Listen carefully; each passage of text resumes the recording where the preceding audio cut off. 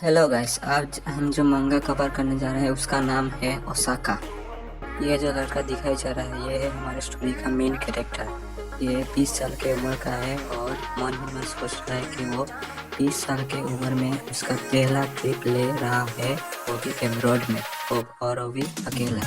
ये क्या, इस तरह तो कोरियन हर जगह पे मौजूद है। और जो एमसी है वो उसके आगे जो कपल चल रहा है उनको देखकर बहुत ही जेलस फील कर रहा है। वो बोलता है ये कोई स्कूल का वेकेशन ट्रिप नहीं है जो कि मैं इनको देखकर जेलस फील कर रहा हूँ। देखो, ये है एमसी का एक्स गर्लफ्रेंड। एमसी सोचता है कि ये सब छोड़ो, मैं यहाँ पे जिस काम के लिए आया हूँ उस काम पे फोकस करता हूँ। एमसी यहाँ पे जिस काम के लिए आया है ये है कि वो उसके गर्लफ्रेंड को, मतलब एक्स को भूलना चाहता है, इसलिए इसने ये वेकेशन ट्रिप लिया है। एमसी के एक्स का जो उसके साथ बिताया है वो ये सारे लम्हे या फिर वो मेमोरी है, वो बहुत ही स्ट्रॉन्ग है। वो सारे मेमोरी यादें उसके हमेशा पीछे पड़े रहते हैं और वो उसको भूलने नहीं देते। के बाद हमारा जो सीन है वो चेंज होता है और हमें दिखाई जाता है एमसी के स्कूल का दिन, मतलब उसका पास्ट। ये एमसी सोचता है कि जब वो क्लास में बैठकर क्लास अटेंड कर रहा था और उसकी गर्लफ्रेंड को, जो पढ़ाई में इतने ज़्यादा अच्छी नहीं थी, मतलब ठीक ठाक ही थी, उसको एकेडमिक क्लास, मतलब क्लास से बाहर कर दिया जाता। इसके बाद कुछ दिन ऐसे ही चले जाते हैं और कॉलेज का एंट्रेंस एग्ज़ाम का समय आ जाता है। जो एमसी कॉलेज का एंट्रेंस एग्ज़ाम है वो पास कर लेता है, लेकिन एमसी का जो गर्लफ्रेंड थी वो कॉलेज एंट्रेंस एग्ज़ाम पास नहीं कर पाती। और MC college entrance exam pass करने का जो एक्साइटमेंट है वो छुपा नहीं पाता अपने गर्लफ्रेंड के सामने, और वो एमसी से गुस्सा होके चली जाती है। हमें एमसी के मोबाइल के स्क्रीन पे जो एमसी को कॉलेज से अपना एडमिशन लेने के लिए मैसेज आया था वो दिखाया जाता है। उसके बाद अपना सीन जो है वो चेंज होता है। सीन चेंज होने के बाद एमसी जो है वो एक ब्रिज के ऊपर खड़े होके सोच रहा था कि उसको अपने गर्लफ्रेंड के साथ वेकेशन पे आना चाहिए था। उसी बोलता है कि ये क्या, ये कोई समय है जो मैं यहाँ पे खड़ा होके कंप्लेन कर रहा हूँ। उसके बाद एमसी महसूस कर पाता है कि अचानक से कहाँ से पता नहीं कि एक मधुश कर देने वाली खुशबू आ रही है। जो एमसी है वो खुशबू सूंघ कर मधुश हो जाता है। एमसी बोलता है कि उस रात उसने वो एक लड़की से मिला था जो उसका स्ट्रेंज हो रहा है और उसके आसपास एक स्ट्रेंज हो रहा है। एमसी सोचता है कि अरे यार, ये लड़की तो बहुत ही सुंदर है, ये फूले हुए और आंसू से भरे ये आँखें। एमसी बोलता है कि जिस तरह से वो रेलिंग को पकड़ के खड़ी होके जो नदी की तरफ देख रही है, ये देखकर बहुत परेशानी हो गई। ये बोलता है कि ये लड़की मुझे बहुत ही डेंजरस लग रही है, कुछ उल्टा सीधा ना कर दे। फिर अचानक एमसी देखता है कि वो लड़की ब्रिज से कूदने की कोशिश कर रही है। ये देखकर एमसी बहुत ही ज़्यादा डर जाता है और ज़ोर से चिल्लाता है स्टॉप, और उसके तरफ दौड़ पड़ता है। फिर उसके बाद हम देखते हैं कि वो लड़की जो टॉप पहन के आई थी वो हवा में है। हम देख सकते हैं कि एमसी उस लड़की को बचा लेता है और बोलता है कि क्या तुम ठीक हो। फिर वो लड़की एक लंबी सी आह भरती है। फिर उसके बाद वो एमसी से पूछती है कि क्या तुम कोरियन हो। उसके बाद एमसी मन ही मन सोचता है कि अरे यार, ये लड़की तो जापानीज निकली, मुझे तो जापानीज भाषा आती ही नहीं, थोड़ी सी आती है और पूरा नहीं आता। फिर उसके बाद एमसी देखता है कि वो लड़की एमसी की तरफ बहुत ही गुस्से से देख रही थी, क्योंकि एमसी जो है वो गलत जगह पकड़ के बैठा हुआ था। लेकिन ये बात एमसी को समझ में नहीं आता है कि वो लड़की उसकी तरफ गुस्से से क्यों देख रही थी। लेकिन एमसी को जब समझ आया कि वो लड़की उसकी तरफ गुस्से से क्यों देख रही है, तो उसको एमसी बहुत ही ज़्यादा शर्मा जाता है। अरे ये क्या हुआ, एमसी समझ ही नहीं पाता कि ठीक उसके बाद वो लड़की एमसी को रख के एक थप्पड़ चिपका देती है। ये एमसी देख पाता है कि वो लड़की उसे थप्पड़ चिपकाने के बाद उल्टी करने लग जाती है। अरे यार, मुझे समझ में नहीं आता कि ये लड़की रंग बिरंगी, मतलब इंद्रधनुष के रंग के जैसा उल्टी क्यों कर रही है। फिर एमसी सोचता है कि ये क्या, मैंने इसे बचाया और उल्टा मुझे थैंक्स बोलने की जगह वो मुझे चिपका दी और यहाँ पे उल्टी कर रही है और मैं यहाँ पे उसे उल्टी करते हुए देख रहा हूँ। फिर एमसी सोचता है कि ये लड़की है कौन और ये इतनी ज़्यादा नशे में क्यों है, क्या हुआ है इसके साथ, मुझे पूछना ही पड़ेगा। एमसी सोच ही रहा था कि वो उस लड़की से पूछे कि क्या हुआ है उसके साथ, वो रो क्यों रही थी और वो इतनी ज़्यादा नशे में क्यों है। फिर अचानक एमसी देख पाता है कि वो लड़की एमसी की तरफ ऊपर आ रही है। फिर वो लड़की एमसी से पूछती है क्या तुम्हारे पास और है। फिर उसके बाद एमसी सोचता है कि क्या उसे और भी अल्कोहल चाहिए, क्या ये ड्रंक नहीं है, और ये फिर से अल्कोहल के लिए पूछ रही है। फिर एमसी हेजिटेट करते हुए बोलता है कि अरे यार, मैं उसे मना भी नहीं कर पा रहा हूँ, अब क्या करूँ। फिर वो बोलता है कि अच्छा ठीक है, मैं तुम्हें एक खरीद के दे दूँगा। वो एमसी उस लड़की को ड्रिंक दिलाने का वादा करके उसको लेकर एक क्लब में आ जाता है। उसके बाद हम देखते हैं कि बार में बहुत लोग मज़े कर रहे हैं और ड्रिंक कर रहे हैं। देखते हैं कि वहाँ पे एक लड़का चम्मच लेके, जैसे कि वो माइक पकड़कर गा रहा है और अपना गला फाड़ना शुरू कर देता है। बाद हम देखते हैं कि एमसी और वो लड़की एक टेबल पर बैठे हुए हैं एक दूसरे के आमने सामने, और वो मोमेंट थोड़ा ऑकवर्ड था, तो वो लोग कुछ बात नहीं कर रहे थे और सिर्फ नीचे देख रहे हैं। उसके बाद एमसी अपने मन ही मन सोचता है कि क्या सरकार ने यहाँ पे कोई लॉ नहीं बनाया कि जो लोग नदी में कूद के सुसाइड करना चाहते हैं कि उनके खिलाफ एक तगड़ा एक्शन ले। जहाँ देखो कि लोग हमेशा सुसाइड करते रहते हैं और अपनी ज़िंदगी के साथ अपनी मनमानी करते रहते हैं। अगर इसके खिलाफ कोई लॉ होता तो बहुत ही अच्छा होता। तो ये सब बातें अपने मन ही मन सोचने के बाद एमसी उस लड़की से पूछता है कि क्या क्यों तुम ब्रिज में गई थी, तुम ब्रिज के ऊपर क्या करने गई थी, बताओ, मैं भी तो सुनो तुम्हारे दुख की कहानी। एमसी थोड़ा सीरियसली बोलता है ये सब। तो वो लड़की थोड़ा हेजिटेट करने लगती है एमसी की बातें सुनकर।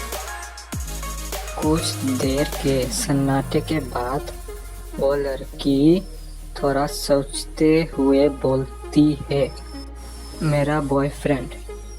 एमसी जो है कि वो लड़की की बातें बहुत ध्यान से सुन रहा था, तो जब वो लड़की बॉयफ्रेंड शब्द बोलती है तो एमसी की फट जाती है और बोलता है, बॉयफ्रेंड। वो लड़की कहती है, हाँ बॉयफ्रेंड, हम दोनों ने ब्रेकअप कर लिया। एमसी सोचता है, ब्रेकअप? अच्छा ये बात है, तो अच्छा इसलिए तुम बीच में जाकर वो स्टंट कर रही थी। एमसी सोचता है कि हाँ ये एनफ है लड़कियों के लिए कि ब्रेकअप होने के बाद वो टूट जाती है, क्योंकि उन्हें डर लगा रहता है अपने परिवार का।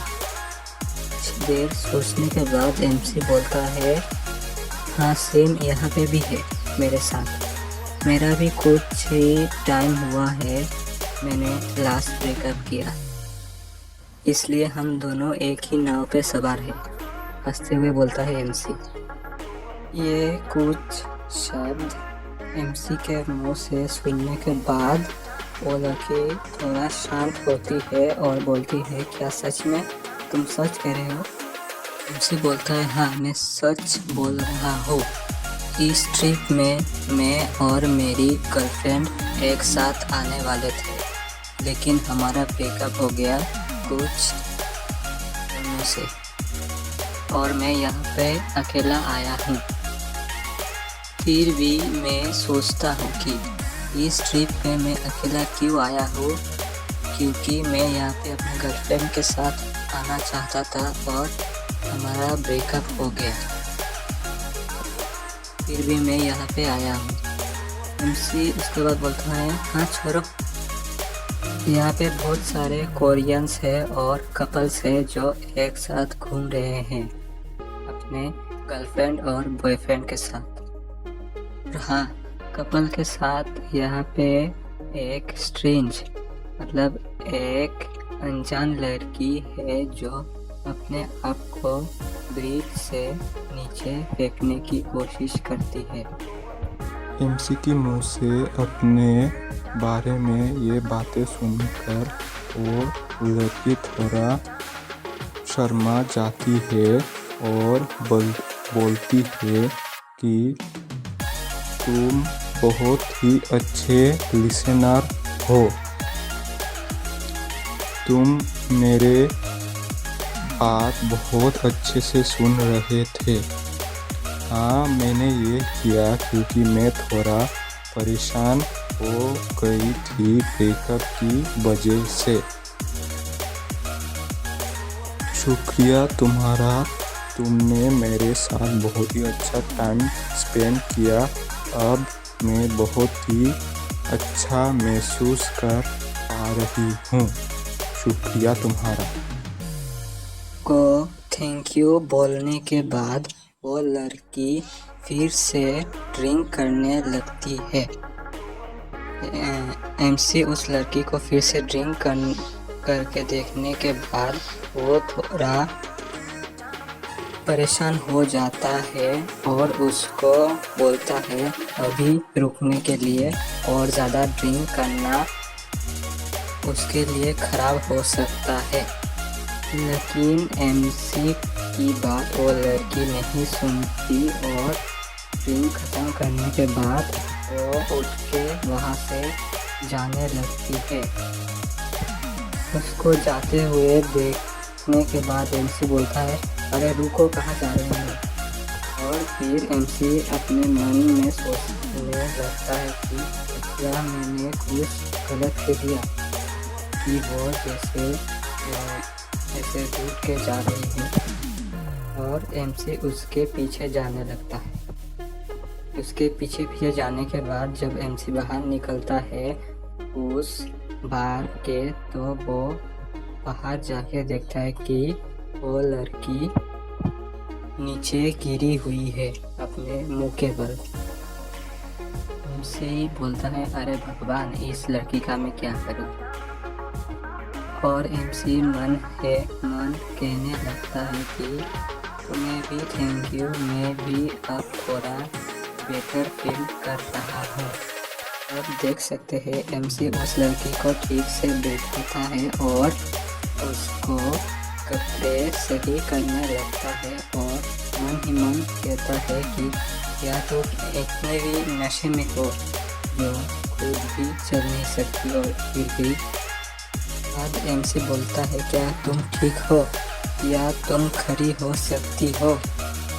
फिर एमसी सोचता है कि अब मैं क्या करूं और क्या तुम अपने आप घर जा सकती हो, क्या तुम्हें मेरी मदद चाहिए फिर से।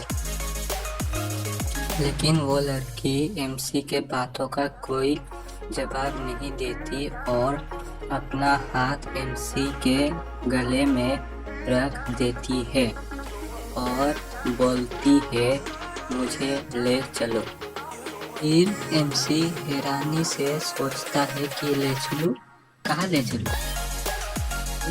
सीन शिफ्ट होता है और हमें हमारे सामने एक होटल दिखाया जाता है और हम देखते हैं कि एमसी के हाथ में एक होटल के रूम का की कार्ड है और हम देखते हैं कि एमसी उस लड़की को अपने कंधे से सहारा देकर रूम में ले आता है और एमसी घबराहट के मारे सोचने लगता है कि अरे ये क्या सिचुएशन है।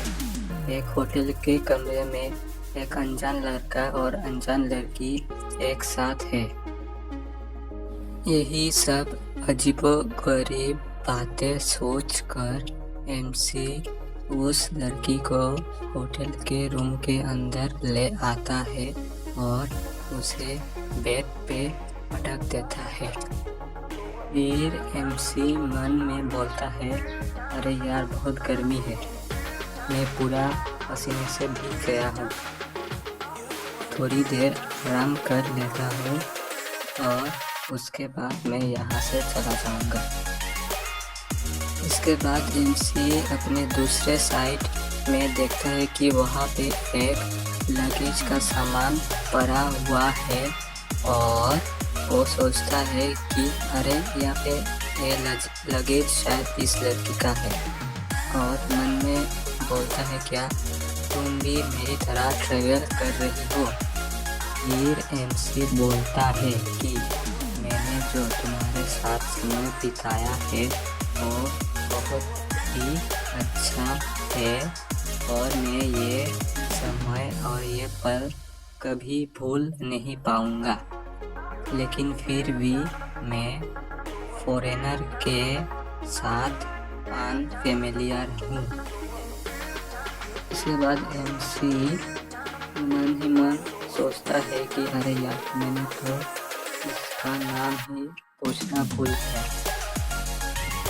मुझे लगता है कि मेरे अंदर बहुत ही ज़्यादा कॉमन सेंस है, इसलिए मैंने उस लड़की का नाम नहीं पूछा। और हम देख सकते हैं कि वो लड़की गर्मी से घुटने लगती है और बहुत ही ज़्यादा स्ट्रगल करने लगती है और एमसी पूछता है क्या बहुत ही ज़्यादा गर्मी है।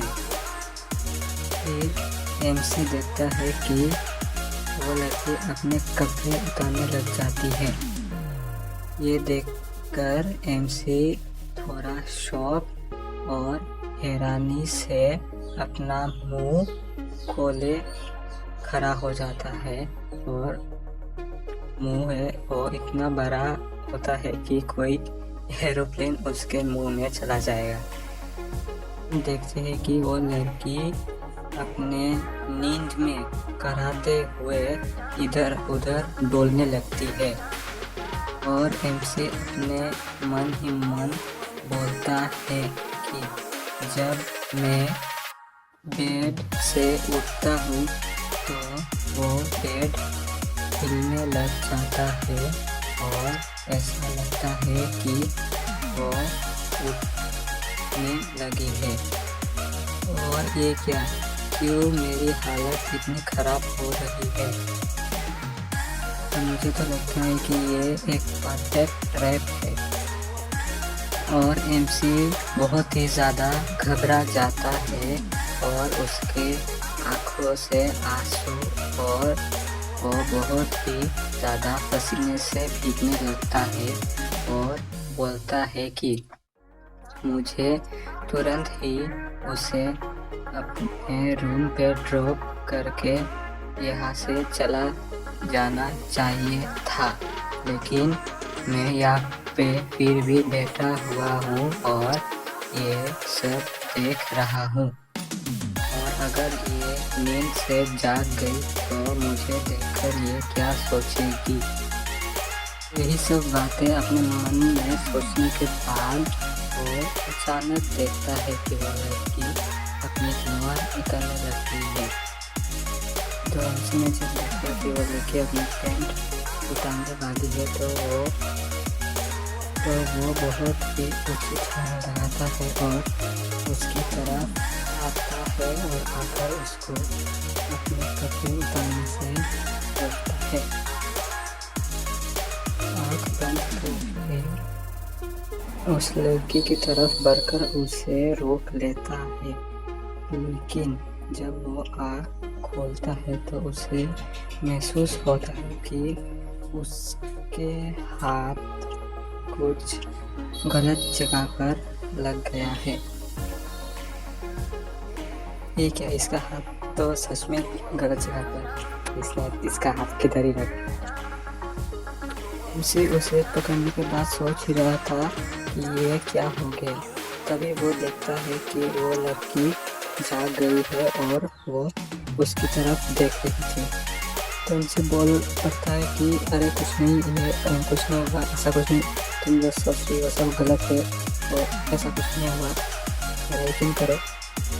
एमसी घबराते हुए बोलता है। उसके बाद एमसी बोलता है कि मैं तुम्हें कैरी करके थक गया था क्लब से लेके तुम्हारे होटल तक, इसलिए मैंने सोचा कि थोड़ी देर आराम कर लूँ, इसीलिए मैं तुम्हारे यहाँ थोड़ी देर रुक गया। लेकिन तुम गलत मत समझना, क्योंकि तुम सडनली अपने कपड़े उतारने लगी थी, इसलिए मैं तुम्हें रोक रहा था। मैं तुम्हें ऐसे देख के थोड़ा अनकंफर्टेबल हो गया था, इसलिए मैंने कभी नहीं सोचा था कि मैं तुम्हारे ऊपर हाथ रखूं। वो तो गलती से हो गया था, इसीलिए मेरा यकीन करो, मैं सच बोल रहा हूँ। लेकिन एमसी जो कुछ भी बोल रहा था उसका कुछ भी असर उस लड़की पर नहीं हो रहा था, क्योंकि वो तो नशे में थी और अपने ख्यालों में गुम थी। एमसी देखता है कि वो लड़की उठकर उसकी तरफ बढ़ रही है, तो एमसी थोड़ा घबरा जाता है और अपनी आंखें बंद करके बैठ जाता है और सोचता है कि अरे नहीं, फिर से क्या मुझे थप्पड़ लगने वाला है। अगर वो मुझे थप्पड़ भी मार दे तो कोई बात नहीं, क्योंकि मैंने ही उसे पहले छुआ था। ये एमसी महसूस करता है कि वो लड़की ने उसे थप्पड़ नहीं मारा, तो वो आंखें खोल लेता है। उसके बाद देखता है कि वो लड़की उसके गालों को पकड़कर उसके चेहरे को अपने चेहरे के सामने ले जा रही है।